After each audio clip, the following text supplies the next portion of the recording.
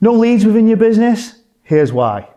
Starts off with, where is the strategy of the business? What is the marketing person actually trying to deliver to your audience? Here's where we need to dig internally first. People say they don't know what to market. Actually, your service desk is all the information you need. People are logging faults, frustrations, and you're seeing how your business deals with that frustration. That is your USPs and what you should be shouting about. Equally, salespeople and account managers are out on the road. They should be gaining information from your customers. They're going on a strategic business review.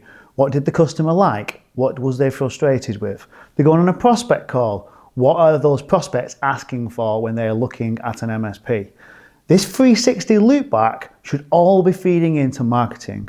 Otherwise, marketing sits there and thinks up their own ideas that are disjointed and not led by you and your business, which means you will not get results. You need to talk to the people that you're doing business with and the people that you want to do business with. That is what your marketing should be shouting about. So if you want to continue wasting time and money in not focusing on marketing, then don't focus on what your business is telling you.